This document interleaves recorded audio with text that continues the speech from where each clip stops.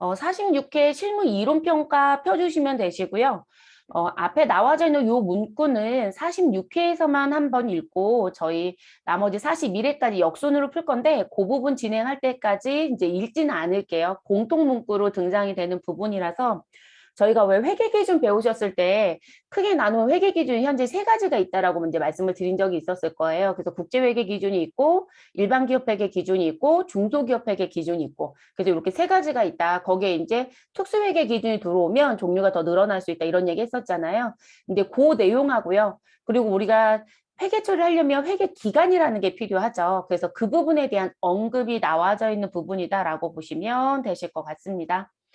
아래 문제에서 특별한 언급이 없으면 기업의 보고기간, 회계기간은 매년 1월 1일부터 12월 31일까지로 해주시면 되시고 또한 기업은 일반 기업 회계 기준 그리고 관련 세법을 계속하여 적용하고 있다고 가정하여 물음에 가장 합당한 답을 골라달라라고 되어 있습니다.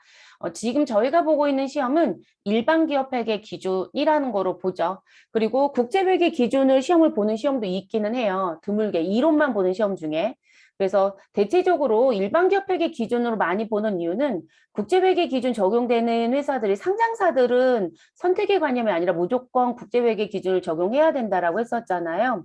근데 그것 때문에 그런데 상장사가 많지 않아요, 여러분. 대부분 상장사가 되게 많을 거라 생각하는데 생각보다 상장사가 많지 않거든요. 오히려 비상장 회사가 많고 그 비상장 회사 중에 이제 외부 감사 받는 기업들이 따로 분류가 되는 거고 그리고 외부 감사를 안 받는 기업이 있고 이렇게 구분이 되는 거거든요. 그래서 일반 기업 회계 기준으로 지금 진행되는 시험들이 더 많다라는 거. 그리고 세법은 해마다 이제 개정이 되니까 그 개정되는 세법에 대한 내용을 이제 계속해서 적용한다라는 전제라고 보시면 되겠습니다. 그럼 1번 문제부터 보겠습니다. FAT라는 시험 또는 뭐 TAT라는 시험의 특징 중에 하나가 이렇게 사파 그림들이 들어져 있는 게 특징이에요. 한 문제 내지는 두 문제 정도가 출제가 되고요. 근데 사실상 사파가 특이점은 없어요. 그냥 사람 그림 그려져 있고 우리가 1, 2, 3, 4 보기로 나오는 걸 사람이 말하고 있는 것으로 바꿔서 내주는 거. 또는 부가가치세라든지 세법에 가면 그 세법에 적용되는 그림이 들어온다거나 근데 세법 그림 쪽에서 들어오는 건 대부분 과세되는 재화랑 과세되지 않는 재화 또는 영세율이 적용되는 재화라든지 또는 면세가 적용되는 재화 그거 고르는 문제가 거의 대부분 많이 나오더라고요. 자, 1번 보겠습니다. 다음은 회계의 기초 개념에 대한 대화이고요. 바르게 설명하고 있는 학생을 모두 고른 것은 지금 1번, 2번, 3번, 4번에 나와 있는 내용을 읽어보시고 지금 바르게 설명하고 있는 사람을 모두 골라달라고 했습니다. 모두. 그러니까 다수이면 다수 골라주시고요. 한 사람이면 한 사람으로 끝내시면 되겠죠. 자, 현종은 회계는 회계 정보 이용자의 합리적인 의사결정에 유용한 정보를 제공하는데 목적이 있어. 자, 그러면 여러분 맞는 얘기죠? 우리 회계의 목적이란 걸 배웠었죠. 그래서 유용성이라는 걸 꼭 전제로 가져가야 된다. 그래서 우리와 관계에 있는 의사 관계자들이 있을 거고 그 의사 관계자들한테 유용한 정보를 제공해야 된다라고 얘기했었습니다. 그러면 현종은 맞는 얘기네요. 자, 두 번째 제형. 회계의 내부 정보 이용자에는 투자자, 채권자, 정부기관 등이 있지. 여러분 투자나 채권이나 정부기관은 회사 안에 있는 사람이 아니라 밖에 있는 사람이죠. 그러면 내부가 아니라 외부 정부 이용자로 바꿔주셔야 올바른 표현이 되니까 제형은 해당 사항이 없네요. 자, 지수. 회계에서 기업의 경영활동을 기록 계산하기 위한 장소적 범위를 회계기간이라고 해. 여러분, 우리가 회계기간이라고 하는 건 우리 아까 기본 전제를 보셨으면 아시겠지만 언제부터 언제까지라는 부분으로 보시는 거죠. 그래서 시간적인 개념이에요. 그런데 우리가 지금 본사에서 일어난 사건인지 아니면 지사에서 일어난 사건인지에 대한 걸 구분하는 건 회계 기간이라고 얘기하지는 않죠, 여러분. 그죠? 이거는 회계 기간이 아니라 뭐로 부르셔야 회계 단위라고 얘기하죠. 그래서 본점과 지점의 회계에 대한 부분을 구분할 땐 회계 단위라고 얘기합니다. 그러면 지수도 잘못된 표현. 자, 주역이네요. 회계 용어 중 전기는 회계 기간이 시작하는 날을 의미하지. 자, 회계 기간을 시작하는 날이라는 건 우리가 일반적으로 기초라고 표현을 하겠죠. 그래서 회계 기간은 우리가 사업을 시작하면 계속적이다라고 얘기했을 때, 자, 지금 현재 진행되고 있는 회계의 기간을 단기라고 표현하고, 그리고 우리 과거를 얘기할 때는 전기라고 표현하고, 미래를 얘기할 때는 차기라고 얘기합니다. 그리고 시작하는 건 기초라고 얘기하고요. 끝나는 건 기말이라고 표현한다고 보셔야 되겠죠. 그리고 단기 1월 1일부터 12월 31일까지 단기를 우리가 다른 말로 얘기하면 기중이라고도 얘기할 수 있죠. 그래서 지금 주역이 한 말도 맞지 않습니다. 그러면 답은 1번으로 체크하시고 마무리하시면 되겠네요. 이건 여러분들이 아마 회계 처음 접했을 때 저희가 첫 번째 강좌에서 아마 진행했던 얘기일 거예요. 근데 이런 문제가 출제를 이렇게 바꿔서 낸 부분입니다. 난이도가 있는 문제는 아니죠, 여러분? 네, 난이도가 있다라고 보기는 조금 어렵고요. 자, 두 번째, 다음 중 자본에 대한 설명으로 옳은 것은 이라고 묻고 있네요.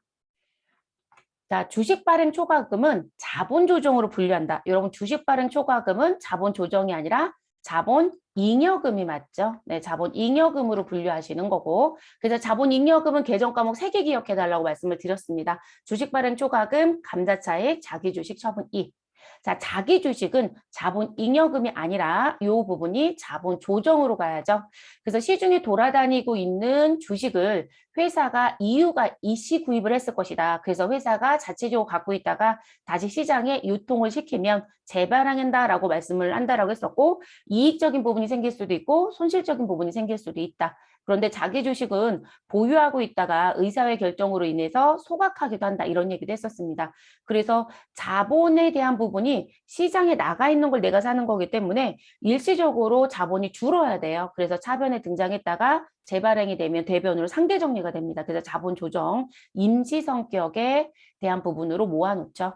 자, 주식 배당을 하면 자본 총계가 증가한다. 여러분, 우리는 지금 주식을 배당하거나 또는 무상증자했어요 라는 부분을 얘기하거나 또는 우리 무슨 부분, 자본금을 분할하였다라고 하는 부분. 자, 이런 부분이 들어오면 특징이 무엇이었었냐면 우리가 자본의 총계는 변한다, 변하지 않는다, 변하지 않는다고 얘기했었습니다. 그래서 자본 총계는 불변이라고 했었죠. 자본의 항목의 위치만 바뀐다고 했었죠. 주식 배당을 하면 실질적으로 결과론적인 것만 분계를 써본다라고 하면 차변에 내가 가지고 있었던 미처분 이익잉여금이 무엇한다? 감소한다. 그래서 우리 프로그램에서는 2월 이익 잉여금이라는 계정 과목을 쓰기 때문에 우리는 2월 이익 잉여금으로 그냥 기억하고 가자라고 말씀을 드렸고, 다만 이 부분이 무엇으로 시험 문제가 나오면 이론상으로 물어볼 땐 2월이라는 표현을 안 써요. 원래 계정 과목의 이름은 미처분 이익잉여금이 맞다라고 말씀을 드렸었죠. 그래서 이렇게 정리한다라고 말씀을 드렸고, 그리고 대변엔 무슨 부분? 자, 미처분 이익잉여금 또는 2월 이익잉여금은 이익잉여금이라는 항목의 계정 과목이죠. 자, 그 부분이 감소하고요. 그리고 대변엔 자본금이 결과론적으로 무엇되는 증가하는 현상이 나타난다고 했었죠. 그러니까 지금 자본이 감소하면서 다시 자본이 증가하는 부분이기 때문에 자본의 총계는 변하지 않습니다. 그래서 불변이라고 하는 거로 바꿔주셔야 되겠죠. 자, 이익준비금은 이익잉여금으로 분류한다? 맞죠, 여러분? 그래서 정답은 4번이 됩니다.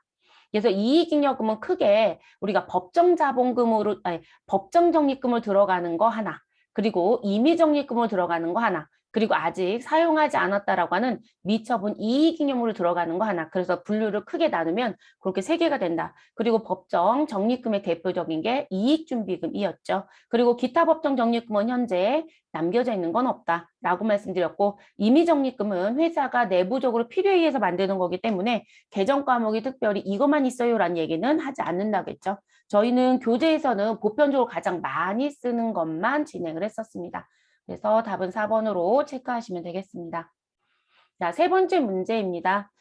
다음은 주식회사 항공의 단기 매매증권 처분 관련 자료이고요.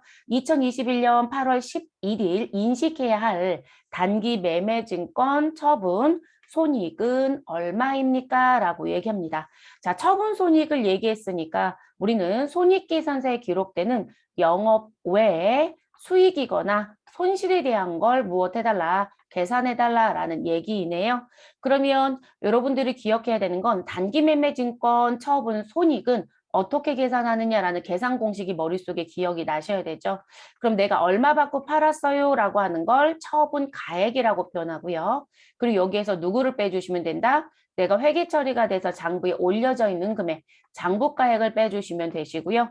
그리고 처분하는 과정 중에 뭐가 나올 수도 있다? 수수료가 나올 수도 있다. 그러면 그 처분, 수수료도 별도의 비용 처리하는 게 아니라 처분 이익이 있었다라면 이익을 깎아먹고 손실이었다면 손실을 더 증가시키는 효과가 가져온다라고 했습니다. 그래서 수수료를 빼서 이게 이제 기본적인 공식이죠. 그래서 요거 빼서 나온 금액이 누구이면 양수이면 무엇으로 기억하시고 이익으로 기억하시고 이 부분이 음수이면 우리는 무엇으로 정리하자? 손실로 정리하자. 이렇게 표현을 했었습니다. 자, 그걸 알아야 풀 수 있는 부분. 자, 2021년도 6월 1일 주식회사 공인의 주식 몇 주를, 1000주를 1주당 얼마 500원에 취득하고요. 매입 수수료 10,000원을 포함하여 51만 원을 지급하였다. 근데 여러분, 매입 수수료 10,000원은 우리 비용 처리하는 거죠. 그쵸? 그래서 수수료 비용 처리할 거고요. 그리고 영업하고 관련이 없는 영업 외에 비용으로 처리하시고 끝내시면 되는 부분. 그러면 취득원가에 안 들어온다는 얘기인 거죠. 그러면 저는 6월 1일에 단기매매증권 취득원가로 회계 처리한 금액은 얼마가 될 것이다? 50만 원이 될 것이다. 자, 요거를 정리를 했어야 되는 부분이죠.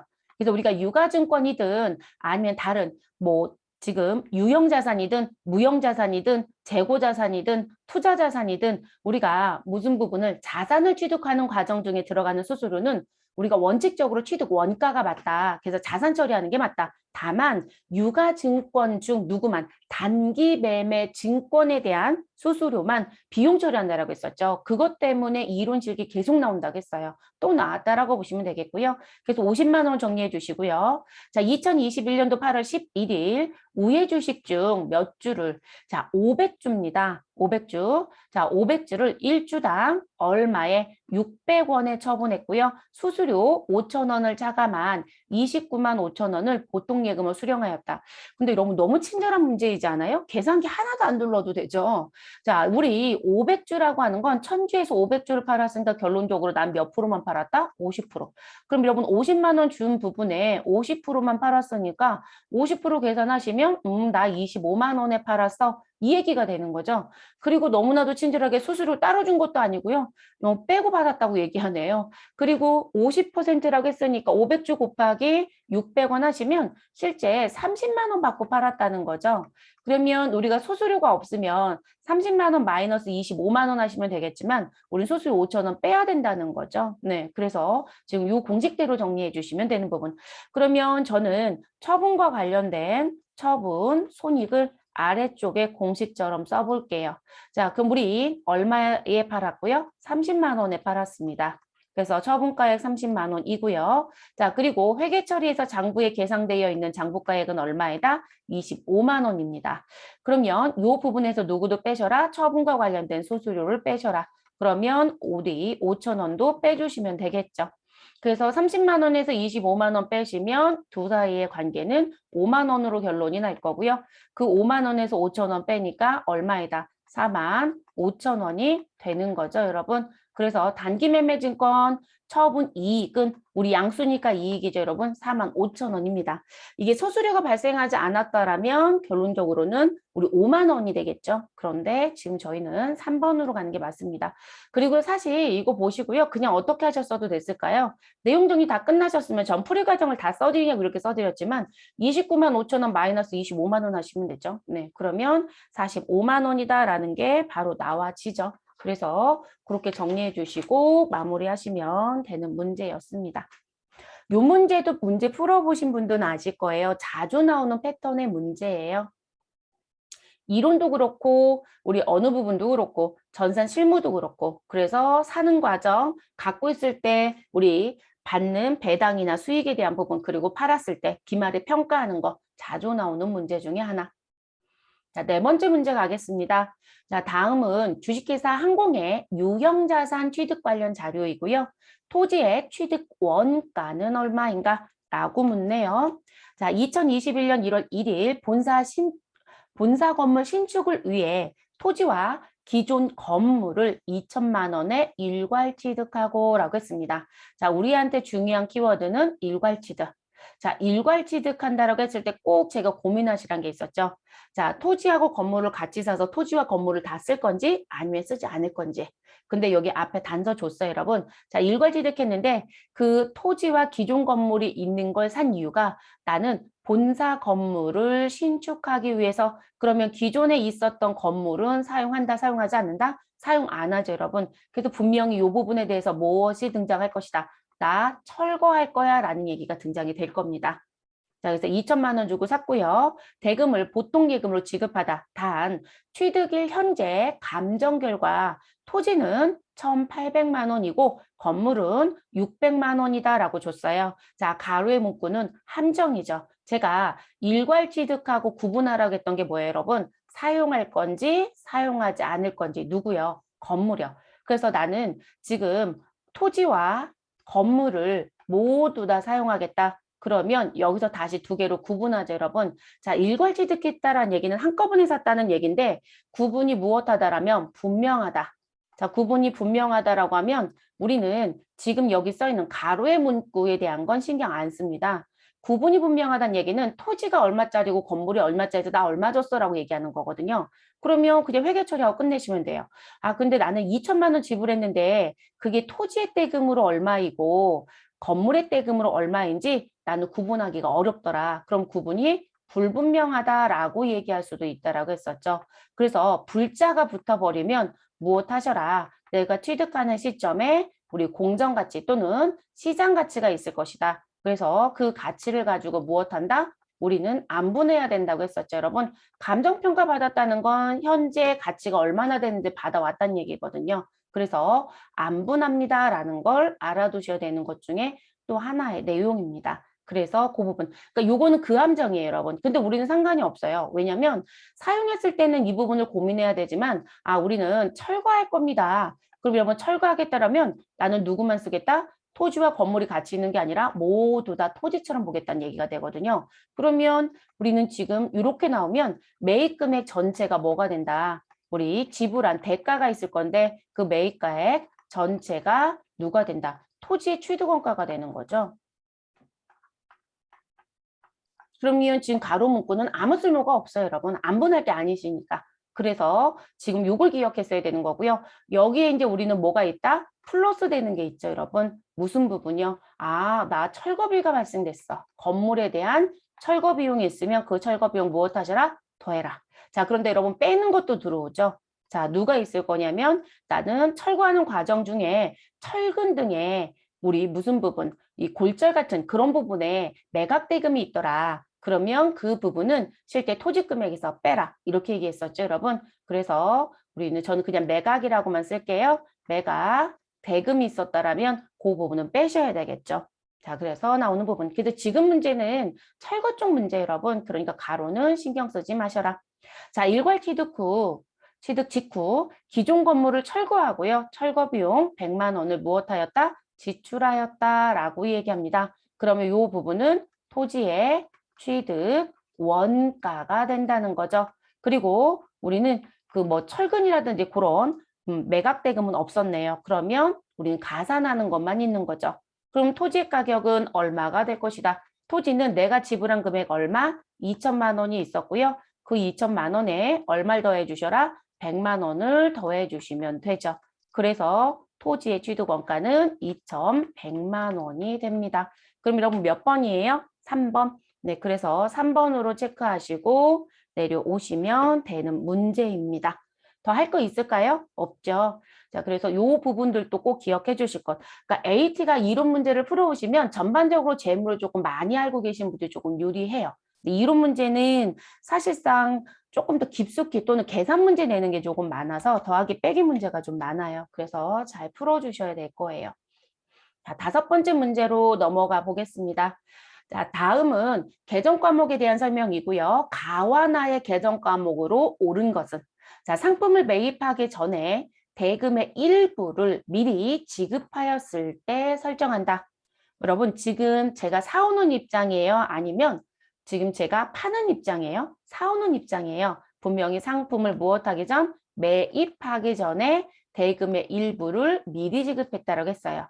그러면 내가 대금을 미리 준 거니까 우리는 뭐라고 정리하시면 된다? 선급금이라고 정리하시면 되겠죠. 그러면 우리 가나에 대한 부분 중에 선급금으로 들어간 것만 찾아주시면 되니까 3번 아웃시켜 주시면 되시고 4번도 아웃시켜 주시면 되겠네요.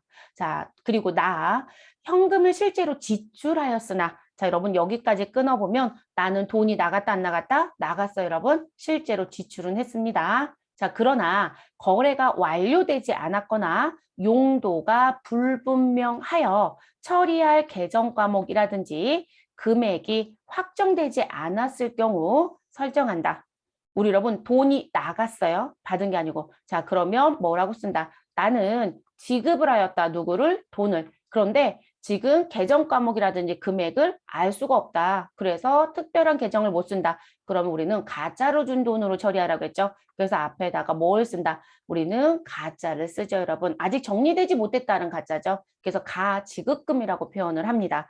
그러면 지금 현재 나의 미지급금 써 있는 2번은 탈락이죠, 여러분. 그래서 답은 몇 번이 된다? 1번.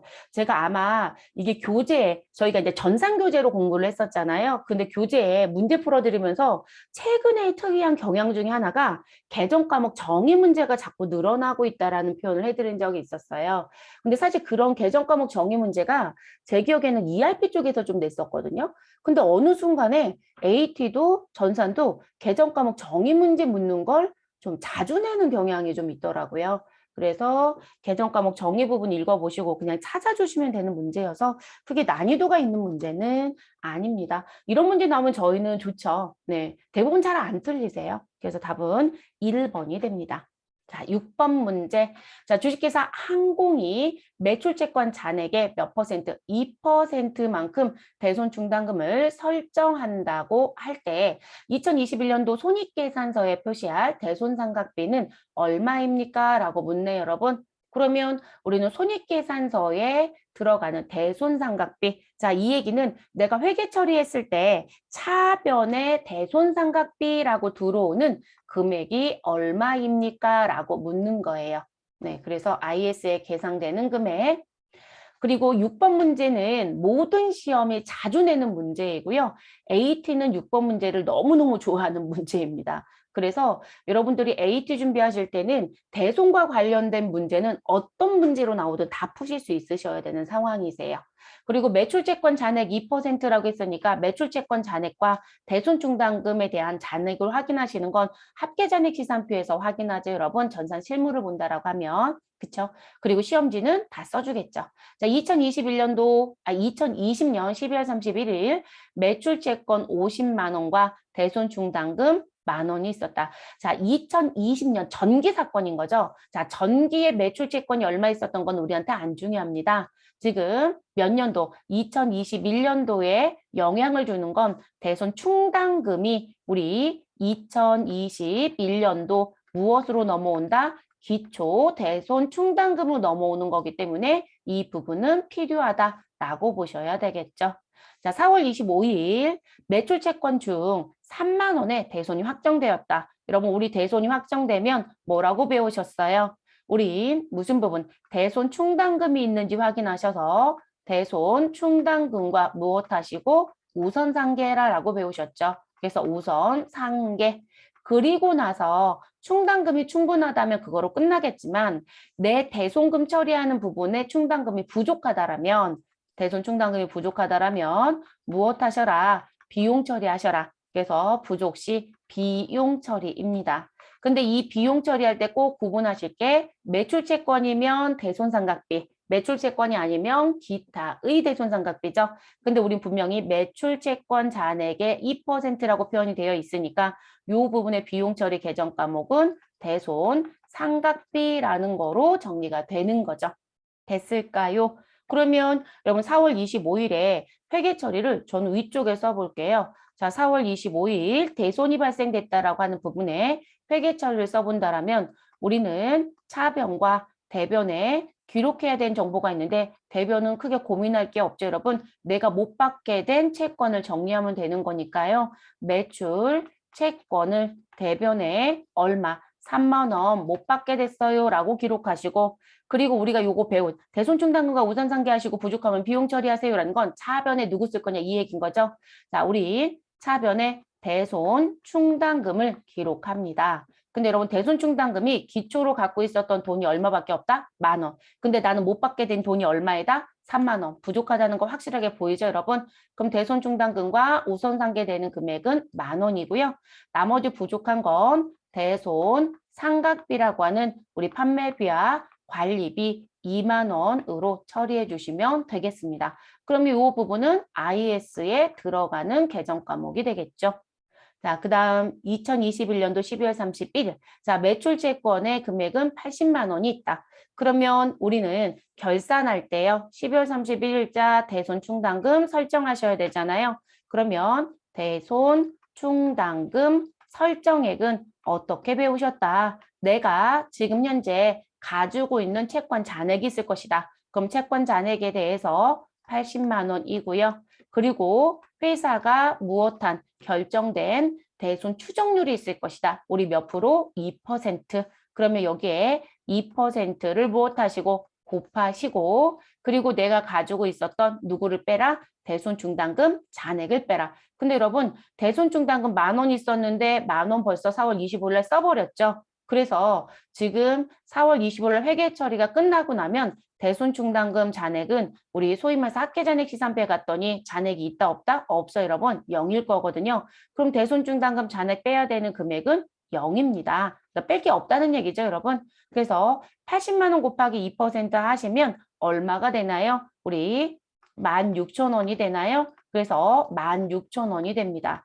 그러면 이렇게 해서 설정이 됐고요. 이 자리가 양수이면 설정이고 이 자리가 음수이면 내 대손충당을 갖고 있는 게 더 많은 거니까 환입 조치해야 되겠죠. 근데 저희는 설정입니다. 그러면 이 부분에 맞춰서 차변에 뭐라고 써주시면 되고 나는 대손 상각비 얼마가 필요하다. 16,000원이 필요합니다. 라고 써주시고요. 상대편 대변에는 뭐라고 쓰시고 대손 충당금 16,000원을 회계 처리해 주시면 되겠죠. 그럼 여기서 물어본 건 손익계산서인 IS에 계상되는 금액. 그럼 여러분 지금 현재 IS에 계상되는 건 지금 4월 25일 날 부족해서 지금 무엇했던 비용 처리했던 2만 원이 있었고요. 그리고 12월 31일 결산 시 설정한 대손 충당금 얼마 16,000원과 관련된 대손 상각비가 있었습니다. 그럼 두 금액 더해 주시면 되죠. 그래서 손익계산서를 이 분기가 정상적으로 처리가 됐다라면 이 처리가 끝난 손익계산서를 조회했을 때 우리는 대손상각비 얼마가 조회가 되어야 된다. 36,000원이 조회가 돼야 되는 거죠. 그러면 답은 몇 번이 된다? 3번이 되는 거죠, 여러분. 그래서 6번의 답은 3번으로 기록해 주시면 되겠습니다. 됐을까요? 그래서 이 문제 계속 나올 거예요, 여러분. 그래서 그리고 이게 급수에 관계없이요. 모든 시험에 필수적인 문제라고 보시면 돼요. 회사에 입사하시면 대손충당금 설정하는 회사들이 많아요. 근데 실제 거의 다 설정한다고 보시면 되거든요. 특히 매출채권. 그렇기 때문에 반드시 회계 처리 부분이 가능해야 된다고 보는 거죠. 그래서 자주 나와집니다. 그래서 6번에 3번입니다. 자, 그 다음 7번째 문제 들어가겠습니다. 자, 다음은 주식회사 항공이 취득한 기계장치 관련 자료이고요. 2021년 결산 후, 결산이 끝난 뒤에 여러분, 우리 기계장치 장부 금액은 얼마인가? 여러분, 장부 금액은 무슨 금액에서 무슨 금액을 뺀 걸 말한다? 장부 금액은 제가 얼마 주고 샀습니다. 라고 얘기하는 취득 원가가 있을 거고요. 그 취득 원가에서 감가상각 누계액을 빼고 남겨진 금액을 말하는 거죠. 자, 취득일자는 2020년 1월 1일이고요. 취득 원가는 1,000만 원이고 내용연수 5년이고 잔존가치는 지금 현재 200만 원입니다. 자, 그리고 감가상각 방법은 정률법이고요. 상각률은 40%이며 월할 상각한다고 얘기합니다. 자, 월할 상각한다고 했는데 여러분 1월 1일자에 취득했어요. 뭐 크게 신경 쓸 건 없겠네요. 자, 그러면 얘는 상각을 2번 해야 되는 거죠, 여러분? 그쵸? 그래서 상각을 2번 하게 됩니다. 자, 2020년도에 샀으니까 제가 상각을 두 번 하라는 건 2020년도의 상각비와 2021년도 상각비. 그럼 2020년도 12월 31일에 상각비를 계산하면 자, 정률법에 의한 상각 방법의 계산 공식은 알고 계시죠, 여러분? 우리 무슨 금액에서 취득 원가에서 누구를 빼시고요? 감가상각 누계액을 빼시고요. 그리고 여기에 누굴 곱한다? 우리 상각률을 곱한다. 이 상각률은 중간에 바뀐다, 안 바뀐다? 안 바뀐다라고 했습니다. 그러면 첫 해, 2020년도 1차 연도 상각은 일단 내가 산 금액은 1,000만 원입니다. 그런데 상각을 한 번도 한 적이 없기 때문에 이 1,000만 원에서 우리 무엇할 금액은 없을 것이다. 빼야 되는 금액은 없을 것이다. 어쨌든 공식으로 쓰면 이렇게 되는 거죠. 그리고 여기다 곱하기 몇 퍼센트? 40% 해주시면 되겠네요. 그럼 여러분 1,000만 원에 40%이면 첫 해 감가상각비는 얼마가 된다? 400만 원이 되죠. 그러면 이거 회계 처리하시면 차변의 감가상각비, 대변의 감가상각 누계액으로 계산이 되어 있겠죠. 자, 그리고 저희는 2021년도의 장부금액입니다. 그러면 다음 연도인 2021년도 12월 31일에 또 상각을 하겠죠. 자, 그러면 우리는 취득원가 얼마요? 1,000만 원. 근데 전년도에 감가상각을 했으니 감가상각해서 가지고 있었던 감가상각 누계액 얼마를 빼셔라? 400만 원을 빼셔라. 자, 그리고 거기에 몇 퍼센트를 곱하자? 40%를 곱하자. 그러면 우리 1,000만 원에서 400만 원 빼시면 600이죠, 여러분. 600만 원의 40%이면 240인가요? 네, 240만 원이 됩니다. 자, 이렇게 되면 우리는 감가상각 누계액은 장부에 공시하는 방법은 무엇한다? 누적적으로 차곡차곡 쌓아서 기록해달라고 했었죠, 공시 방법. 그러면 요거에 의해서 우리 가지고 있었던 감가상각 누계액의 금액은 얼마가 된다? 640인가요? 네, 640만 원이 됩니다. 그럼 여러분 장부금액 계산하실 수 있죠? 위쪽에 쓸게요. 취득원가 얼마라고요? 1,000만 원. 자, 감가상각 누계액 얼마이다? 640. 그리고 이렇게 빼고 나면 장부금액은 얼마가 된다? 360. 맞나요? 제가 계산을 틀리진 않았겠죠, 여러분? 틀린 거 있으면 곧바로 얘기들 해주시고요. 그래서 360만 원. 그러면 답은 1번이 되겠네요. 이 문제 어려우실까요? 어렵진 않아요, 여러분. 제가 시험 준비할 때 여러분한테 부탁했던 게 최소한 무슨 법과 무슨 법은 꼭 숙지하고 들어가셔라. 정률법과 정액법은 최소한 공식은 갖고 가셔야 된다. 라고 말씀을 드렸죠. 그래서 감가상각 누계액을 물어보는 문제였으면 640이 답이 될 거고요. 그리고 장부금액을 물어봤으면 360이 답이 되는 거죠. 그래서 7번의 답은 1번이 됩니다. 그러니까 감가상각에 대한 것만 하실 수 있으시면 크게 문제될 건 없었어요. 다만 부탁드릴 것 중엔 이 문제는 되게 쉬웠던 문제예요, 여러분. 왜냐면 월할 상각한다는 표현 써줬지만 사실상 기준에서 하지 않았거든요. 기준에서 쓰면 우리 첫 해, 취득했던 첫 해는 12달 중에 몇 달이란 계산을 하셔야 돼요. 그런데 지금 취득일자가 1월 1일이에요. 그러면 우리 회계기간은 1월 1일부터 12월 31일까지라고 했으니까 저는 1년치 그냥 계산해도 되죠. 근데 이게 만약에 5월 달에 샀다. 그러면 1, 2, 3, 4는 없었으니까 그러면 빼야 되는 거죠. 그래서 12달 중에 8달치에 대한 것만 생각을 해야 되거든요. 그래서 항상 문구를 보실 때 취득 일자가 연초인지 아닌지 꼭 확인하시고 문제를 좀 풀어주시는 게 좋겠습니다. 자, 8번 문제로 넘어가 보도록 하겠습니다. 자, 다음 중 주식회사 항공의 상품 관련 자료이고요. 당기 상품 총 매입액을 계산한 금액으로 옳은 것은 자, 이런 문제도 자주 나오는 문제 중에 하나. AT의 단골 문제 중에 또 하나의 문제가 뭐냐면 우리 손익계산서 계산구조 배울 때 전체 부분 중에 뭐가 있었냐면 내가 당기에 상품을 매입해 와서 상품 매입 원가가 얼마인지 아니면 매출 원가가 얼마인지 매출액에서 매출 원가를 빼서 매출 총이익이 얼마인지 그 다음에 영업이익이 얼마인지 뭐 이런 계산 문제가 있었어요. 근데 그런 계산 문제 정말 자주 나온다고 했었죠. 그래서 그 문제 꼭 기억해 주시라고 했었습니다. 근데 지금은 매입 금액이네요. 그러면 여러분들이 기억해 주실 건 당기에 상품 총 매입액을 계산한 금액으로 옳은 거라고 했으니까 이제 이 부분에 포커스에 맞춰서 문제 풀어볼게요. 자, 기초상품 재고액은 현재 10만 원이고 매입과 관련된 애율이 10,000원, 매입 환출 2만 원, 기말상품 재고액은 5만 원. 자, 그리고 당기 매출액은 6만 원. 그리고 매출 총이익은 몇 프로이다? 20%이다 라고 나와져 있습니다. 됐어요, 여러분? 그러면 매출 총이익률이라고 해서 나온 이 20%는 무엇을 의미한다? 내가 손익계산서에서 계산된 매출 총이익이 있을 것이다. 그럼 매출 총이익은 어떻게 계산하죠? 매출 총이익은 매출액에서 매출원가를 빼서 나온 거죠. 그래서 이 매출 총이익을 누구로 나누면 매출액으로 나누면 매출 총이익률이 나오는 겁니다. 근데 20%라고 했으니까 여기에 100을 곱해서 100분율 해주시면 돼요. 그래서 나온 게 얼마이다? 지금 20%. 그럼 여러분, 지금 현재 얘가 20%면 매출 총이익이 20이면 매출액은 100이라는 얘기인 거죠. 쉽게 생각하시면. 그쵸? 그래서 지금 요게 환산한 걸 그냥 지금 계산한다라면, 내가 매출 총이익이 20이면 매출액은 얼마가 된다? 100이라는 관점이에요. 그래야 20%가 나오는 거죠. 그럼 여러분 지금 단기 매출액이 얼마래요? 지금 현재 60만 원이죠? 그럼 이 자리에 60만 원 넣고 이 자리에 20% 환산한 금액 계산하시면 매출원가 계산이 바로 나오죠. 그래서 지금 이걸 준 문제는 그 부분 때문에 그렇습니다. 그리고 매출 총이 20%라는 건 여기 밑에를 100이라고 놨으니까 결론적으로 매출 원가는 몇 프로가 된다? 80%가 되는 거죠. 그렇죠, 여러분? 그래서 이 매출 총이익은 손익계산서 구조를 놓고 보면 매출액에서 누구를 빼면 매출 원가를 빼면 누가 나온다? 매출 총이익이 나오는 거니까 매출액이 100이라면 매출 원가는 80이고 그래서 매출 총이익이 얼마 나왔다? 20 나왔다. 이렇게 되는 거란 말이에요. 그러면 매출 원가 계산은 벌써 끝나버리는 거죠. 이거대로 뭐만 해주시면 될까요? 곱해주시면 되죠.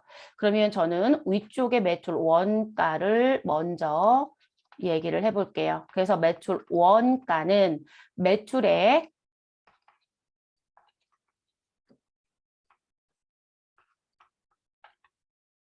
60만 원에 곱하기 1 마이너스 뭐가 되는 것이다? 0.2가 되는 것이다. 제가 80%라고 말씀드렸던 거 공식 시험 써드리는 거고요. 그러면 얼마가 돼요, 여러분? 68에 48인가요? 그래서 매출 원가는 48만 원이 됩니다. 그럼 여러분 매출 원가는 어떻게 계산하죠? 기초상품 재고액에 당기 매입액을 더하고 기말상품 재고액을 빼서 뭐가 나온다? 매출 원가가 나온다. 이렇게 되는 거죠. 그러면 지금 우리가 그 공식대로 이제 정리를 해볼게요. 근데 여기서 조심할 건 순매입액이 아니라 총매입액이에요, 여러분.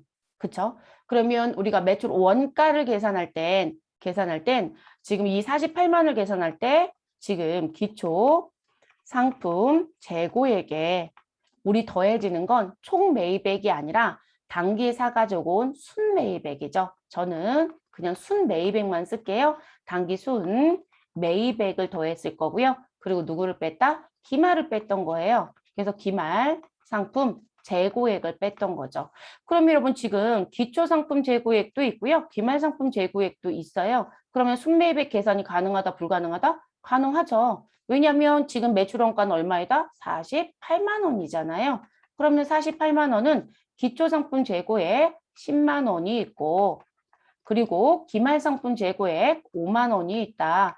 그러면 지금 얘를 계산하기 위해서 하는 거니까 우리 이거 계산하시면 순매입액은 얼마가 나온다. 48만 원이 나올 거니까 여러분 48만 원에서 10만 원을 빼면 38만 원. 38만 원에 5만 원 더해주시면 되는 거 아닌가요? 그러면 우리 38만 원에 5만 원 더하면 43만 원인가요? 맞아요, 여러분. 그래서 순매입액은 43만 원이 되는 거죠. 자, 그러면 순매입액 43만 원 계산이 끝났네요. 그럼 이제 총매입액 계산하러 가야 되겠죠. 그래서 우리 그 다음에 순매입액이라고 계산하는 건 당신이 사오는 데 들어간 매입. 그래서 당기에 매입했던 금액이 있을 것이다. 그러면 매입가액에 누가 있으면 우리 매입과 관련된 부대 비용도 나올 수 있어요, 여러분. 이것도 머릿속에 갖고 가는 게 좋아요. 시험 문제의 변수는 얘가 등장할 수도 있다. 지금은 해당 사항이 없어요. 그래서 매입가액의 부대 비용을 더하고 누구를 빼요? 매입과 관련된 애누리가 있거나 매입과 관련된 우리 무슨 부분 환출이 있거나 또 매입과 관련된 할인이 있으면 무엇 하시면 된다? 빼면 된다. 이렇게 가는 거죠. 그러면 순매입액은 현재 43만 원이라고 했으니까 43만 원을 써놓고 그리고 여기서 이제 나와져 있는 부분의 내용을 정리시켜 주셔야 되겠네요. 근데 지금 부대 비용이 있다는 얘기는 없으니까요. 어찌됐든 이 부분에 나는 공란으로 두고 저 매입 애누리 환출 할인 쪽을 써볼게요. 애누리 얼마가 있고요? 10,000원이 있어요. 자, 그리고 환출 얼마가 있어요? 20,000원이 있네요. 자, 지금 부대 비용은 0이라고 한다라고 하면 자, 지금 요걸 물어본 거라고 보시면 되겠죠? 그러면 여러분 43만 원에 우리 일정한 43만 원이 나온 근거는 매입가액의 부대 비용 더해서 빼는 거였으니까 순매입액 43만 원에 더해 주시면 되는 거죠. 3만 원을. 그럼 얼마가 되나요? 46만 원이 되겠죠, 여러분? 그래서 요 매입가액은 46만 원. 몇 번이 답이 된다? 2번이 답이 됩니다. 그래서 이렇게 계산하는. 그러니까 지금 글씨를 잘 보시고 계산하셔야 되는 부분이세요.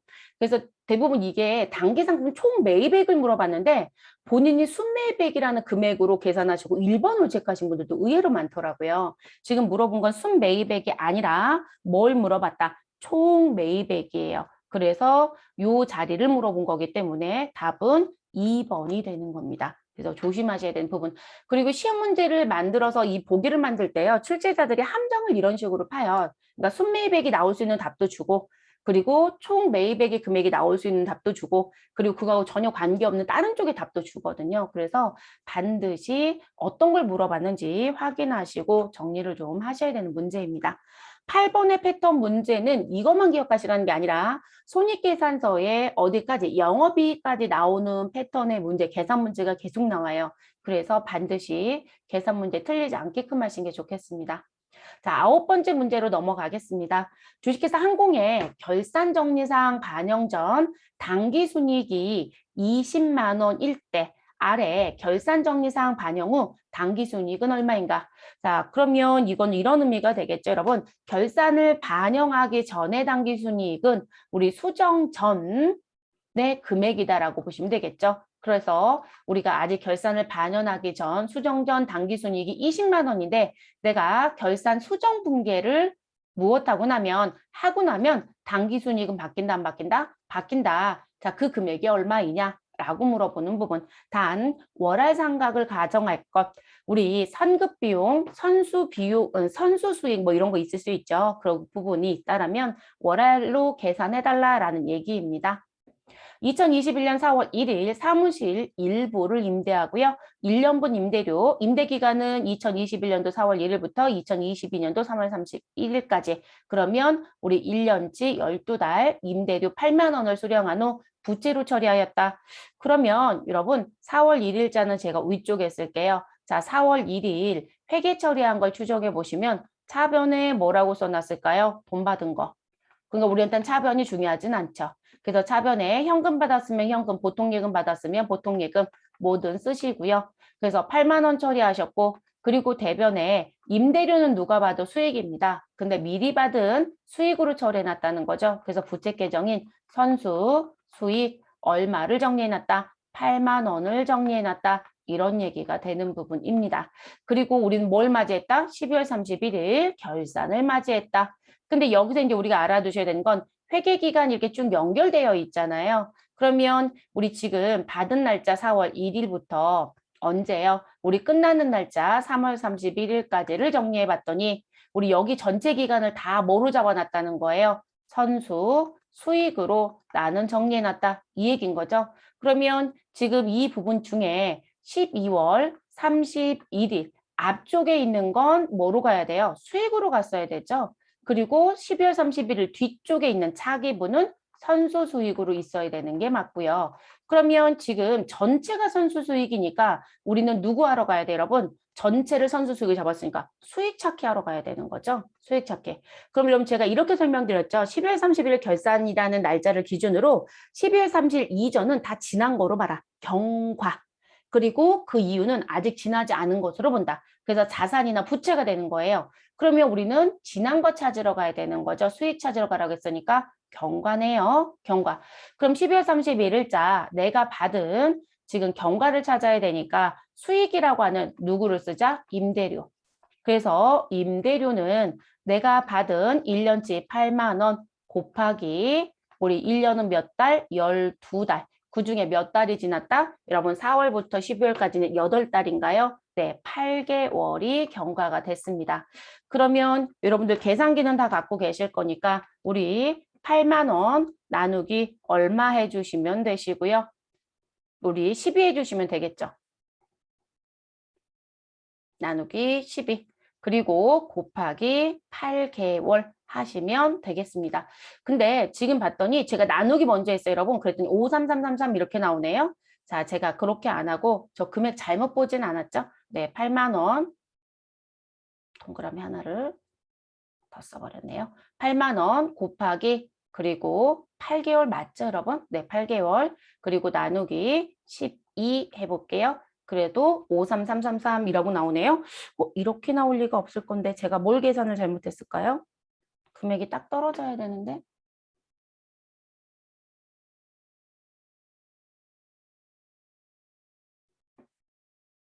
개월수를 잘못 계산했나요? 아, 개월수를 잘못 계산했군요. 제가 잘못한 거예요, 여러분. 그쵸? 네.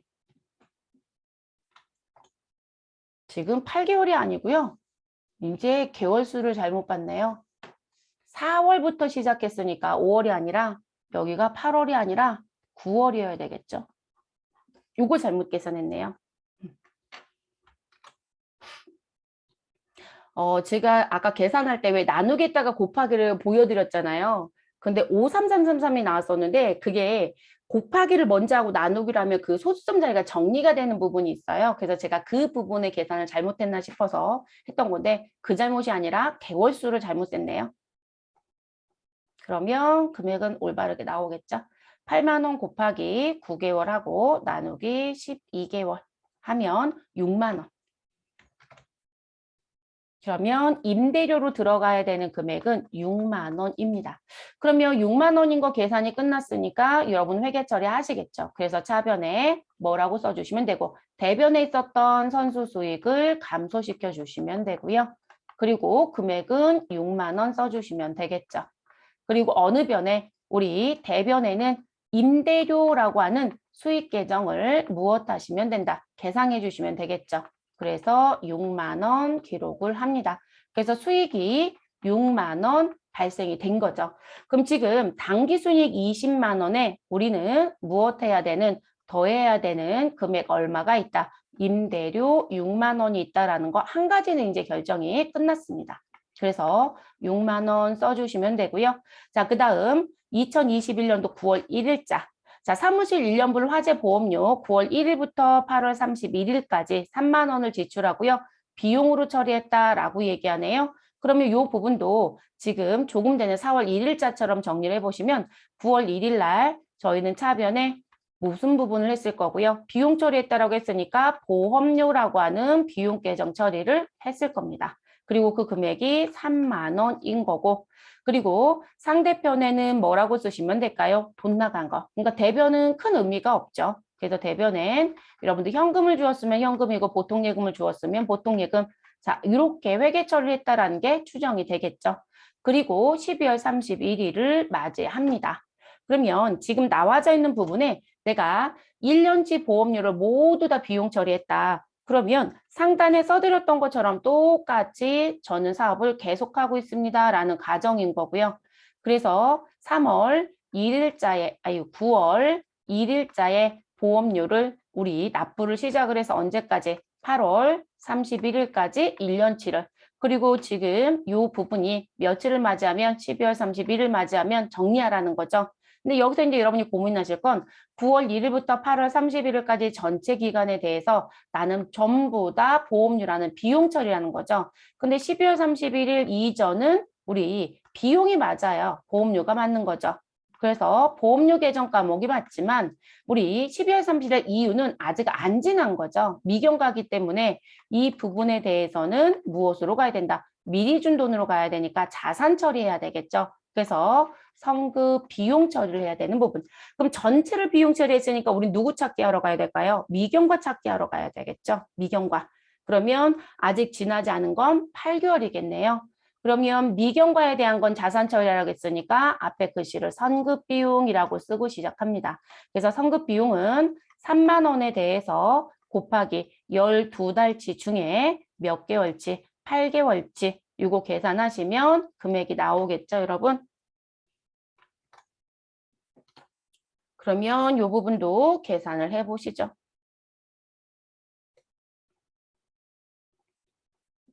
그리고 여러분 시험 보러 가실 때 공학용 계산기는 못 쓰세요. 반드시 일반 계산기 갖고 가시고요. 그래서 3만 원 곱하기 8 나누기 12 해주시고 우리 금액이 얼마이다? 아, 2만 원이구나라는 게 나와지죠. 그래서 저희 2만 원 기록하시면 되겠습니다. 그럼 여러분 이 2만 원에 대해서도 회계 처리를 하셔야 되겠죠. 네, 저는 요 부분을 요 아래쪽에 할게요. 그럼 12월 31일자 차변에 선급 비용이라고 해서 우리 자산을 2만 원만큼 무엇해 주시면 되고 증가시켜 주시면 되고요. 그리고 상대편 대변에는 우리 보험료라고 해서 2만 원을 무엇하시면 된다? 소멸시켜 주시면 된다. 여러분 지금 얘는 비용입니다. 근데 비용이 무엇되었다? 소멸되었다는 거죠. 그럼 비용이 줄었어요, 여러분. 그럼 실제 손익계산서의 비용이 3만 원이 잡혀져 있던 게 만 원으로 줄는 거예요. 그럼 회사 입장에서는 이익이 더 늘어난다, 줄어든다? 더 늘어나는 거죠. 그래서 임대료 6만 원 더해 주시고요. 또 더하는 금액 누가 있다? 나 미리 준 선급 비용이 있었어. 그 금액이 2만 원이네 라는 얘기가 되는 거죠. 그러면 20만 원에 6만 원 더하고 2만 원 더하면 우리는 결과론적으로 당기순이익은 얼마가 된다? 28만 원이 되는 거죠. 됐어요, 여러분? 그럼 28만 원이 몇 번에 있나요? 4번에 있네요. 그래서 답은 4번이 됩니다. 이거 문제 푸실 때 다 잘해 놓으시고요. 본인 스스로가 그냥 증가감수로 더하고 빼기 하는 분들이 있으세요. 자, 그건 무슨 얘기시냐면 우리가 임대료가 증가하였다. 증가니까 더하면 되고 아, 보험료가 감소했다. 아, 줄어들었으니까 빼고 이렇게 계산하시더라고요. 그게 아니라 지금 현재 비용이 줄어드는 건 이익을 증가시키는 거고 그리고 수익이 증가하는 건 이익을 증가시키는 거죠. 반대가 될 수도 있잖아요. 그래서 지금 현재 증가 감소로 보시는 게 아니라 지금 현재 뭘 보셔라. 지금 수익이 늘어났는지 비용이 늘어났는지 또는 비용이 감소했는지 수익이 감소했는지로 보셔라. 그렇게 해서 정리를 하셔야 되는 부분. 그래서 4번이 답이 됩니다. 자, 9번 문제도 AT의 단골 문제입니다. 자주 내요. 네. 그리고 이게 원래 AT보다는 ERP 쪽 문제에서 진짜 자주 내는 문제 중에 하나였었거든요. 근데 AT도 정말 자주 냅니다. 제가 왜 다른 시험들 말씀을 드리냐면 AT는 연역이 긴 시험이 아니에요. 지금 우리가 회계 쪽에 전공으로 놓고 봤을 때 시험 연역이 제일 짧은 게 AT예요. 네, AT가 제일 짧습니다. 제일 후발대로 생긴 시험이라서. 네, 그런데 이제 그러다 보니까 다양한 문제들 들어오는데 다른 데 벤처마킹을 많이 하겠죠. 다른 시험도 이쪽에 좋은 문제가 있으면 벤처마킹을 하고요. 자, 10번째 문제 넘어가겠습니다. 개정 과목 중 영업손익 계산에 영향을 주지 않는 거. 자, 여러분 손익계산서 영업손익 구조 기억하시죠? 그거 묻는 거예요. 그러면 우리가 손익계산서의 구조를 읊어보시면 자, 제일 먼저 누가 나온다? 매출액이 나오죠. 자, 이 매출액에서 누굴 빼요? 매출 원가를 뺍니다. 자, 매출 원가를 빼면 우리는 누가 나올 것이다? 매출과 관련된 총 이익이 나올 것이다. 자, 그리고 이 매출 총 이익에서 누구를 빼주시고 판매비와 관리비를 빼고 나면 우린 영업과 관련된 이익이 등장한다. 전 다 이익으로 쓴 것뿐이죠. 그럼 여러분 매출 원가인지 판매비와 관리비인지 그럼 지금 저희가 묻고 싶은 건 여기까지 얘기잖아요. 그러면 이 부분의 아래쪽으로 등장하는 건 영향을 주지 않습니다. 그럼 여러분 아래쪽에 등장하는 건 우리 영업과 관련이 없는 영업의 수익과 또 누가 있을 것이다? 영업의 비용이 있고 우리 법인이면 법인세 비용을 내야 되잖아요. 이런 부분이 아래쪽에 있는 거죠. 그러니까 이 부분에 해당되는 건 여기에 들어오지 못한다는 거죠. 자, 그래서 영업손익계상에 영향을 주지 않는 거라고 했으니까 위쪽에 있는 건 맞다라고 보시고 아래쪽에 있는 건 해당이 없다라고 보시면 되는 거. 자, 매출에 영향 주죠. 이자 비용, 영업 외 비용입니다. 영업 외 비용이고요. 감가상각비 특별한 얘기가 없으면 판매비와 관리비로 가시면 되고요. 이게 제조원가하고 관련되어 있어도 매출원가로 언젠간 모이죠. 접대비도 판매비와 관리비로 봐주시면 되죠. 그러면 영향을 주지 않는 건 답은 몇 번? 2번이 되겠네요. 됐을까요? 그래서 지금과 같은 문제는 손익계산서 구조에 대한 거를 숙지하는지 물어보고 싶어서 내는 문제이다 라고 보시면 되겠습니다. 난이도 낮은 문제 여러분, 이거는 대체적으로 뭐 2급 급수, 회계 2급 급수에 많이 냈던 문제 형태입니다. 자, 11번부터 15번까지는 부가가치세. 자, 다음 중 부가가치세법상 과세거래에 해당하는 것은, 자, 과세거래라고 하는 건 일단 크게 얘기하면 무엇에 대한 부분이 있다. 자, 우리 재화를 무엇하였다? 공급하였다. 라고 하는 부분. 내가 그리고 무엇을 공급하였다? 용역을 공급하였다. 라는 부분. 그리고 해외에서 무엇을 재화를 수입하였다. 라는 부분. 그래서 이렇게 크게 세 가지로 나눕니다. 그럼 일단 이 부분의 내용들을 먼저 봅니다. 그럼 지금 보시면 지금 과세거래에 해당하는 것은 이라고 물어봤어요. 근데 여러분 답이 바로 나오죠. 재화의 수입. 그러면 답은 몇 번이다? 2번입니다. 자, 근로의 제공과 금전의 대여라든지 용역의 자가 공급이란 부분이 있는데요. 우리 근로라든지 용역이라고 하는 건 다 어디에 속한다? 여기 용역 공급에 속해요. 근데 용역의 공급은 우리가 이 재화와 용역의 공급은 다시요. 이렇게 나누거든요. 실질 공급, 실제 거래가 있는 거. 그리고 간주 공급, 공급이 없는데도 공급한 것처럼 보겠다. 이렇게 얘기하거든요. 근데 재화의 공급은 실질과 간주를 모두 다 인정합니다. 근데 용역은 간주 공급은 없다고 봐요. 용역은. 그래서 간주 공급은 없고 여기에 다만자를 붙여서 얘기하죠. 다만 특수 관계자에게 부동산 임대 용역을 저가 또는 무상으로 제공했다라면 그 부분에 대해서는 공급한 것으로 보아서 무엇하겠다? 잡아내겠다라고 표현하거든요. 제 표현은 잡아내겠다이고요. 세법에서는 우리 그 부분은 과세거래에 해당한다 이렇게 얘기를 합니다. 그래서 나온 부분. 그런데 지금 보면 용역의 자가공급 이거 간주공급 표현이거든요. 해당 사항 없다고 제가 분명히 말씀드렸죠. 근로의 제공도 대표적인 간주 공급에 들어가는 표현이에요. 그래서 용역에 들어가는 거기 때문에 이것도 해당 사항이 없습니다. 그럼 우리 돈 빌려주는 건 부가가치세 10%라는 게 발생할 수가 없죠. 그래서 화폐와 관련돼서 들어오는 부분들은 모두 다 과세 거래를 보지 않습니다. 그래서 어음을 주고받는다든지 뭐 수표를 주고받는 부분, 그래서 이런 금전 소비대차 계약이라든지 이런 부분들은 해당 사항이 없습니다. 그래서 답은 2번이 됩니다. 그래서 과세 거래에 해당한다라고 했을 때 가장 먼저 생각할 건 이 세 가지. 그리고 나서 실질 간주를 따지고요. 그 다음에 간주 얘기가 등장이 됩니다. 근데 재화 쪽의 간주는 무조건 간주 공급으로 보아서 과세 거래가 되고 용역 쪽의 간주 공급은 그렇지 않다라는 거. 그래서 답은 2번으로 체크해 주시면 됩니다. 자, 그 다음 12번째 문제로 넘어갈게요. 다음 중 부가가치세법상 공급 시기로 옳지 않은 것.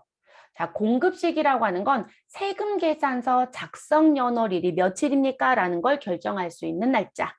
자, 장기 할부 판매의 경우는 대가의 각 부분을 받기로 한 때입니다.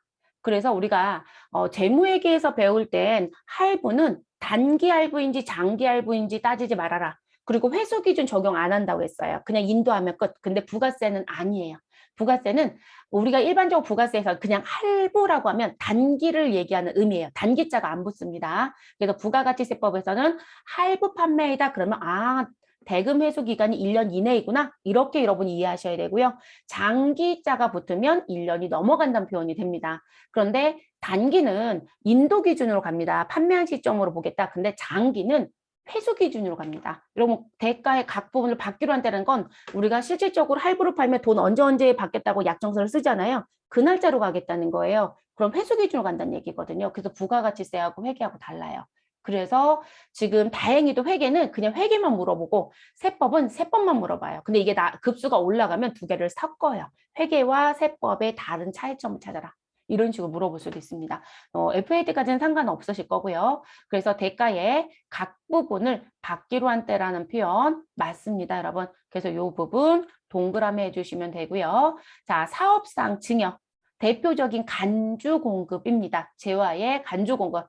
자, 사업상의 증여라는 건 재화를 무엇할 때? 증여할 때입니다. 네, 증여. 상대편한테 내가 무상으로 주겠다는 얘기거든요. 그래서 증여한 때로 가는 부분이 맞습니다.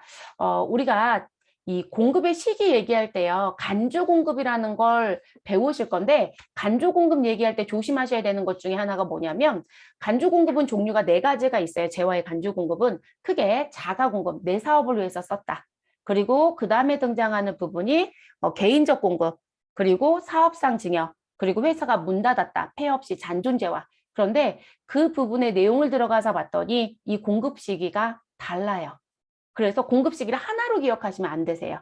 그래서 우리가 일반적으로 자가 공급이라고 하는 건 직매장 반출이라고 하는 타사업장 반출을 빼고는 무엇하는 부분, 사용 소비한다라는 표현을 써요. 내가 사용하거나 소비한 때를 공급 시기로 보아서 부가세 신고 기간에 포함해서 가라. 이렇게 얘기합니다. 그런데 사업상 증여는 증여한 때로 보셔야 되고요. 개인적 공급도 사용 소비한 때로 봅니다. 그리고 우리 그리고 자가 공급 부분 중에 직매장 반출이라고 하는 부분, 다른 사업장으로 내가 물건을 내보냈다라고 하는 부분은 반출하는 대로 봐야 되거든요. 그러니까 지금 글씨가 다 달라진다는 거예요. 그리고 이제 마지막에 우리가 회사가 문을 닫았다라고 했을 때 남겨져 있는 부분에 대한 가치로 인한 부분이 나와져요. 그게 잔존재화라고 하는 건데요.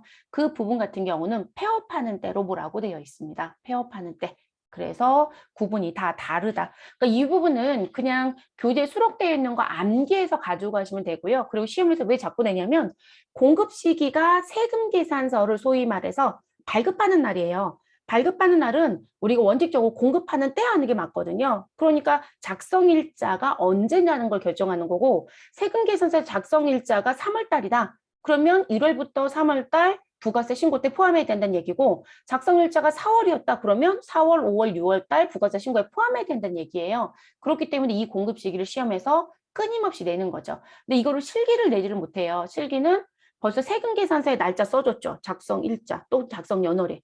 그리고 아예 전사는 날짜 며칠 써놓고 자료로 설명해 주잖아요. 나 이런 거래가 있었어라는 회계적인 거래 설명을 해주잖아요. 그 날짜를 다 주기 때문에 공급 시기를 특별히 물어볼 수 있는 문제는 난이도가 올라가는 문제들 말고는 거의 없어요. 그래서 이론으로 아주 자주 내는 문제 중에 하나입니다. 자, 2번 맞아요, 여러분. 자, 3번이 틀렸네요. 제가 폐업하는 때라고 말씀을 드렸잖아요. 그러면 답이 될 수가 없죠. 그래서 폐업 시 잔존재화의 경우는 폐업 후 우리 재화를 사용하는데 폐업한 회사가 여러분 사업하는지 안 하는지 알 수도 없는데 이거를 알아볼 수 있다? 불가능하죠. 그래서 우리 이 부분은 폐업일이에요. 폐업일. 그래서 폐업일이 공급 시기가 된다. 그래서 답은 3번이 됩니다. 옳지 않은 거. 자, 무인 판매기에 의한 공급의 경우는 우리가 무인 판매기는 자판기 생각하시면 돼요. 근데 여러분 자판기에서 실질적으로 동전을 넣고 우리가 뭔가를 계속 구매를 했어요. 그럼 자판기 사업자가 있겠죠. 그럼 그 사람은 공급 시기를 언제로 볼 거냐? 본인이 자판기에서 돈을 꺼낼 때요. 그래서 현금을 꺼내는 때 또는 이거를 인취한다라고도 합니다. 인취. 그래서 이 부분은 현금을 인취 또는 꺼내다라는 표현 맞습니다. 그래서 답은 몇 번이라고요? 3번. 그래서 폐업일. 자, 13번째 문제로 넘어가 보도록 하겠습니다. 다음 자료를 토대로 주식회사 항공, 도소매업의 2021년 제1기 확정신고 시 부가가치세 과세표준을 계산하면 그럼 과세표준이라는 건 부가가치세 신고서에 과세표준 및 매출세액이라는 자리가 있었죠. 네, 그 자리에 들어가는 금액이 얼마입니까? 라는 걸 묻는 부분입니다. 자, 그리고 일기 확정이라고 했네요. 그런데 여기 기간 날짜가 없으면 여기 박스 안에 주어진 자료는 모두 다 언제다. 일기 확정은 4월 2일부터 언제까지 6월 30일까지를 일기 확정으로 보죠. 네, 그 기간에 해당되는 사건이다. 이렇게 보시면 되겠습니다. 자, 재화공고과 직접 관련되지 않은 국고보조금.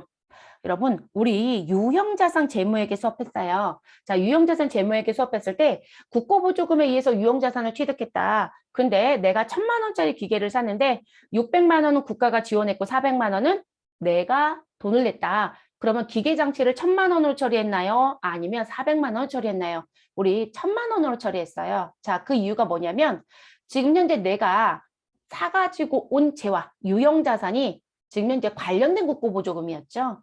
근데 그게 그런 의미예요. 근데 우리 유형자산에는 사는 입장으로 배웠고요. 부가세는 파는 입장의 법이에요. 그래서 파는 사람이 부가세법을 준용해야 되고 사는 사람은 그 법에 맞춰서 증빙을 가져가는 거거든요. 쉽게 생각하면. 그러면 재화공고과 직접 관련이 있으면, 관련이 있으면 그 부분은 무엇한다? 과세표준에 포함하는 거예요.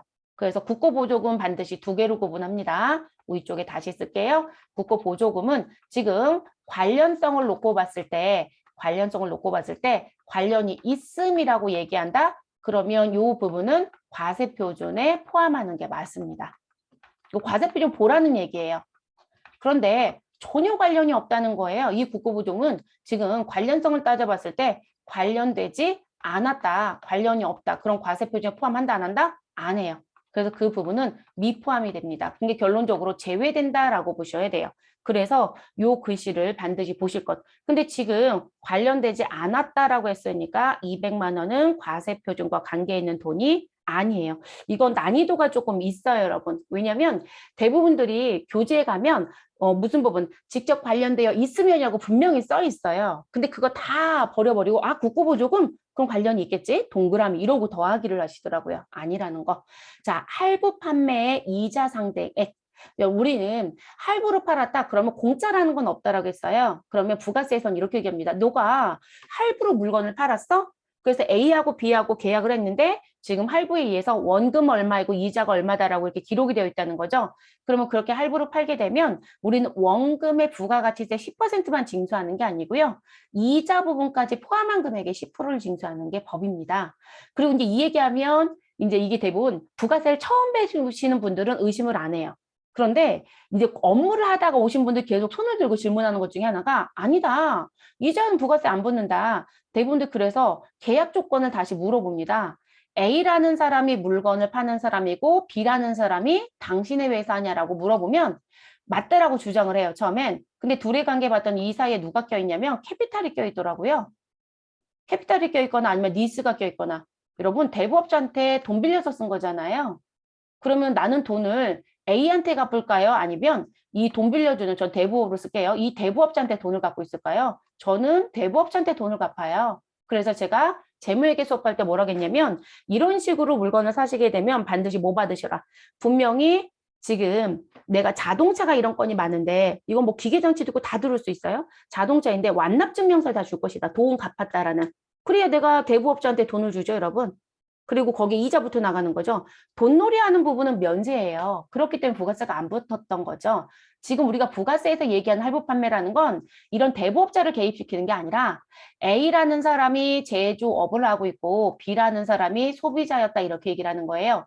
그러면 A하고 B의 관계에서 무슨 부분? 매매 계약을 했는데 그 매매 계약이 무슨 계약이었다? 할부였다라는 거죠. 그러면 당연히 A는 공짜로 돈을 나눠받지 않는다는 거죠. 그러면 원금과 누가 있다? 이자가 있어요. 그 두 금액에 무엇이다? 부가세 10%를 징수하는 게 원칙이에요. 이거 위배하시면 뒤에 다 추징되거든요. 그러니까 이 부분 끼어 들어가는 거 하지 마실 거. 이게 실제 직장 경험 있는 분들이 제일 많이 하는 질문 중에 하나. 그리고 본인이 상상의 나래를 피시더라고요. 그러니까 이게 정확하게 구분이 안 돼서 그러는 경우들이 많아서 제가 높아심에 한 번 더 말씀을 드립니다. 지금 여기서는 분명히 대부업자 거론한 적 없어요. 그러니까 사업자와 사업자 둘의 관계로 할부 계약을 하는 부분입니다. 없다라고 할 수는 없습니다. 빈도가 많이 줄었지만 여전히 있는 부분입니다. 그래서 그러면 이 할부와 관련된 이자 상당액은 부가가치세 과세표준에 포함되는 금액입니다. 그래서 100만 원에 10% 부가세가 붙어야 된다. 자, 공급받는 자에게 도달하기 전에 무엇되었다? 파손. 그럼 여러분이 지금 컴퓨터 2대를 구입하는데 나한테 배송되기 전에 배송하는 과정 중에 하나가 부서졌다는 얘기예요. 그러면 저는 그 물건값을 줄까요? 줄 이유가 없는 거죠, 여러분.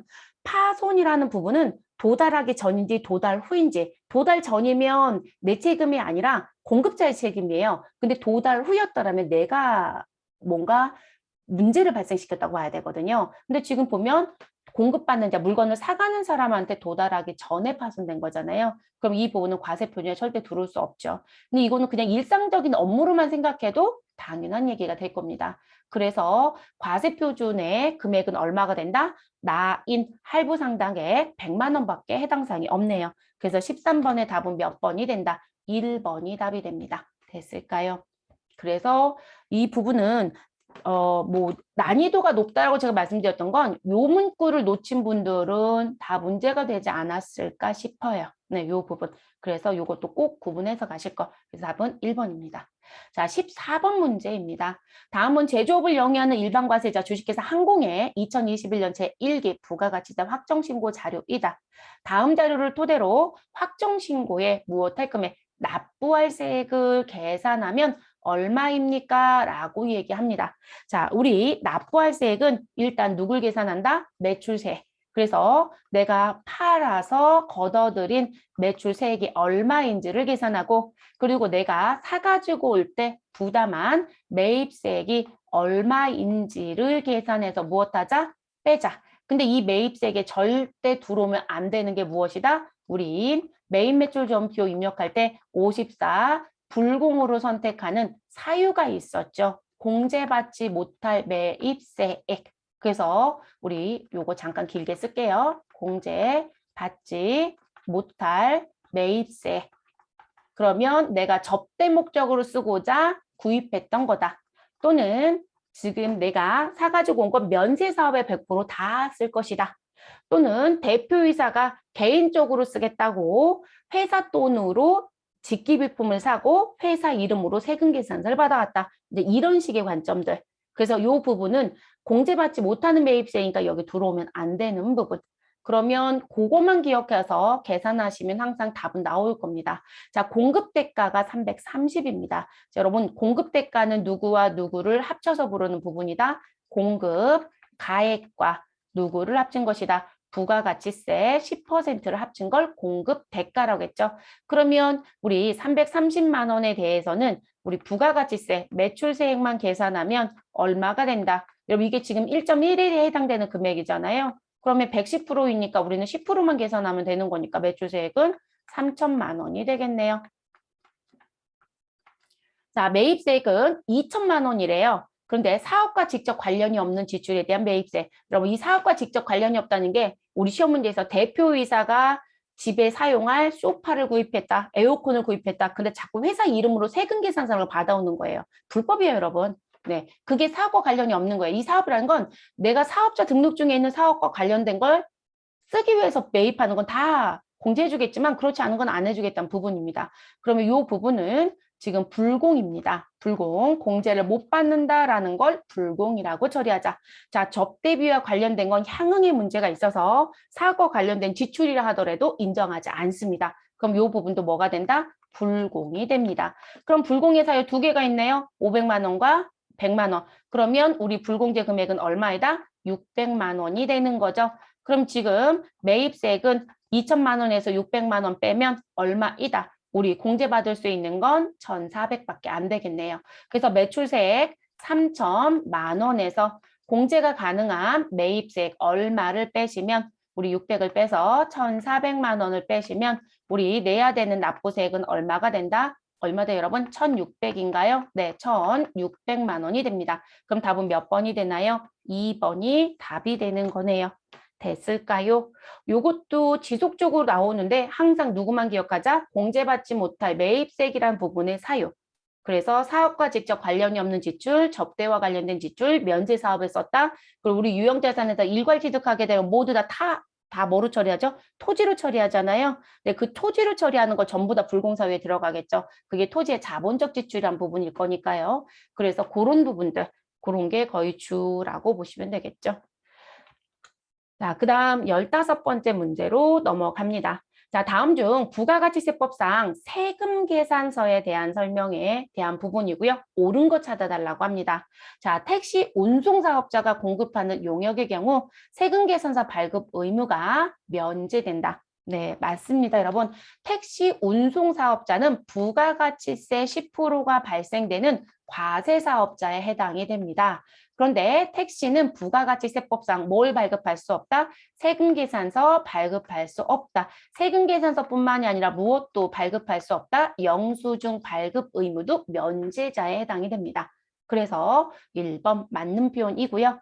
자, 두 번째 직수출의 경우에는 세금계산서 발급해야 된다. 큰일 날 얘기입니다. 여러분 제가 세금계산서와 계산서는 사업자가 반드시 어디에 있어야 된다? 국내에 있어야 된다. 나도 국내에 있어야 되고 나한테 물건을 사가는 사람도 국내에 있어야 된다고 했어요. 그래서 둘 다 국내에 있어야 세금 계산서나 계산서를 발급할 수 있다라고 했어요. 그런데 직수출이라는 건 내가 무슨 부분, 국경을 넘겠다는 거죠. 그래서 우리나라에서 외국으로, 그래서 국내에서 국외인 외국으로 내보내는 상황이죠. 그래서 이 부분은 세금계산 발급 못해요, 여러분. 그래서 세금계산서 발급을 못합니다. 그래서 발급할 수 없다예요. 없다. 자, 세금계산서에는 반드시 공급 연월을 기재해야 된다. 여러분, 우리 세금계산서에 굵은 테두리가 있어요. 자, 그리고 그거는 전산 실무할 때도 이 부분만 잘못되어 있지 않다면 전혀 문제 없어요. 그래서 제가 빠르게 한번 얘기했을 거예요. 무슨 부분? 우리 공급자의 등록번호와 상호 성명. 그러니까 여러분, 물건을 파는 사람, 공급자는 우리 등록번호라는 건 사업자 등록번호. 그래서 등록번호, 상호, 성명, 대표이사 이름까지 올바라야 됩니다. 상호 성명이니까. 그리고 물건을 사가는 사람을 공급, 받는 자라고 하죠. 받는 자는 뭐만 정확하면 된다? 등록번호만 정확하면 됩니다. 자, 그리고 우리 뭐가 있을 것이다? 작성연월일이 또는 작성일자가 정확해야 됩니다. 여러분 공급연월이라고 작성연월일은 다를 수도 있어요. 법에 가서 봤더니 그것 때문에 공급연월일에 대한 걸 따지지 않습니다. 그래서 작성일자 또는 작성연월일을 중시합니다. 그래서 항상 요거 말장난 쳐요. 그래서 틀린 거고요. 그래서 여기를 올바르게 고치려면 작성연월일로 고쳐주세요. 공급이 아니라 작성연월일. 자, 그리고 또 하나 무엇이 있다? 우리 얼마에 팔았습니다라는 공급가에 부가가치세 얼마입니다라고 하는 세. 그래서 부가가치세 또는 세액이라고 표현하시면 되겠죠. 그래서 이 네 가지가 반드시 있어야 되는 필요적 기재사항이라고 합니다. 그래서 이 필요적 기재사항이 잘못되어 있으면 누구? 세금계산서 발급하는 사람도 가산세를 물릴 수 있고요. 그리고 누구에 대한 부분 공급받는 자는 매입세 공제를 못 받을 수도 있습니다. 그래서 이 네 가지가 반드시 올바르게 되어 있어야 된다. 자, 네 번째, 주로 소비자 대상 업종을 영위하는 사업자가 발급한다. 큰일 날 얘기죠. 여러분, 제가 간이과세자가 일반과세자 전환하는 이유 말씀드렸었죠, 여러분. 그렇죠? 근데 간이와 일반 과세자가 전환한다는 건 매출 규모가 커지고 작아짐에 따라서 자동적인 전환이라고 했어요. 근데 그거 끝나자마자 무슨 말씀드렸죠? 포기 말씀드렸을 거예요. 간이과세자 포기는 사업자 자신 스스로가 간이과세 안 하고 나 무슨 과세자 하겠다? 일반 과세자 할게요 라고 했어요. 근데 일반 과세자로 들어가는 기준 금액이 2021년도 세법이 개정되면서 기존에 4,800이었던 게 8천만 원으로 인상이 됐다고 했어요. 그래서 간이과세자가 될 수 있는 사람의 범위가 더 넓어졌다. 그럼에도 불구하고 나 간이과세자 포기하고 일반과세자가 되겠다라고 했을 땐 사업자의 거래가 많아지기 때문에 대부분 그러는 것이다 라고 말씀을 드렸어요. 그래서 소비자하고 하는 분들은 큰 의미가 없다라고 했죠. 그래서 물건을 파는 사람이 지금 사업자인데 물건을 사가는 또는 사용 소비하는 사람이 우리 같은 소비자라면 그들한테 세금계산 발급 안 한다 라고 말씀드렸죠. 그냥 부가세만 무엇하면 돼요? 거래 징수하시면 되거든요. 그렇기 때문에 주로 소비자 대상으로 하는 업종은요. 뭘 발급하는 게 대부분이더라? 영수증 발급해요, 여러분.